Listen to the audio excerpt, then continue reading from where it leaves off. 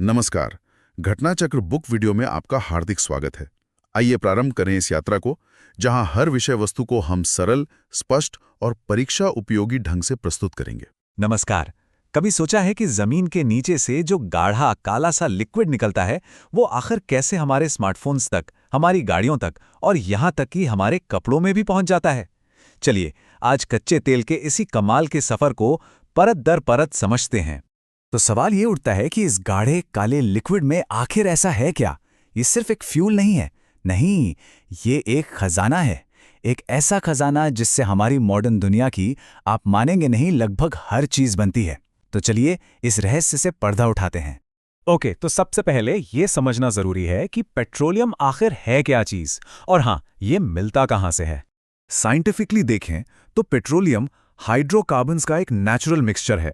अब हाइड्रोकार्बन्स क्या है? सिंपल भाषा में ये कार्बन और हाइड्रोजन के मॉलिक्यूल्स हैं। ये उन जीव जंतुओं और पौधों से बने हैं जो लाखों साल पहले जमीन के नीचे दब गए थे। तो एक तरह से ये नेचर की एक सुपर पावरफुल बैटरी जैसा है। और ये मिलता कहाँ है? जमीन के सतह से हजारों हजारों फीट नीचे चट्टानों की लेयर्स के बीच फंसा हुआ। सोच के देखिए, इसको ऊपर लाने के लिए कितनी बड़ी बड़ी मशीनें और कितनी जबरदस्त इंजीनियरिंग लगती होगी। क्योंकि ये धरती से, मतलब खनिजों या मिनरल्स के बीच से निकलता है, इसीलिए इसका एक और नाम है खनिज तेल या मिनरल ऑयल। तो अगली बार जब कोई ये नाम ले तो कंफ्यूज नहीं होना, ये पेट्रोलियम की ही बात हो रही है।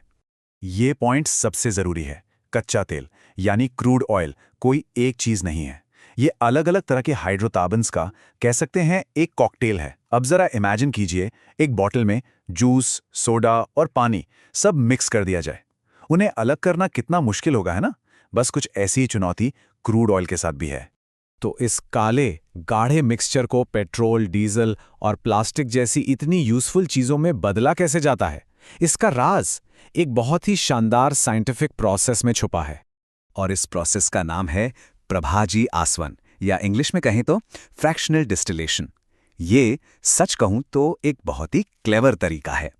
इससे क्रूड ऑयल के मिक्सचर में जितने भी अलग अलग कंपोनेंट्स हैं, उन सबको उनकी अपनी अपनी प्रॉपर्टी के हिसाब से अलग कर लिया जाता है।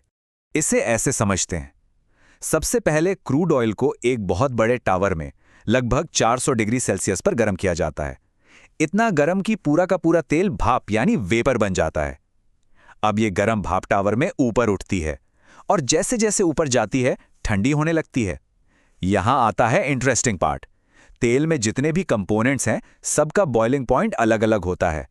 तो जिनका बॉइलिंग पॉइंट ज्यादा है, मतलब जो भारी हैं, वो नीचे ही ठंडे होकर लिक्विड बन जाते हैं, और जो सबसे हल्के हैं वो टावर में बिल्कुल टॉप तक जाकर ठंडे होते हैं। कैसा लगा? सिंपल है ना? टावर में अलग अलग लेवल्स पर जो ये कंपोनेंट्स जमा होते हैं, इन्हीं को प्रभाज या फ्रैक्शंस कहते हैं। और बस इन्हीं फ्रैक्शन से बनती हैं हमारी दुनिया की अनगिनत चीजें। तो इस पूरे प्रोसेस के बाद आखिर मिलता क्या क्या है? यकीन मानिए, यह जानकर हैरानी होगी कि उस एक काले लिक्विड से कितनी कितनी तरह की चीजें बनती हैं। सोचिए, जो सबसे हल्के फ्रैक्शंस हैं, उनसे बनती है हमारी एलपीजी गैस और गाड़ियों का पेट्रोल।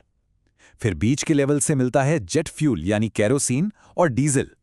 और जो सबसे भारी गाढ़े फ्रैक्शंस टावर में सबसे नीचे रह जाते हैं, उनसे बनता है लुब्रिकेटिंग ऑयल, मोमबत्तियां और यहां तक कि सड़कों पर बिछने वाला डामर भी।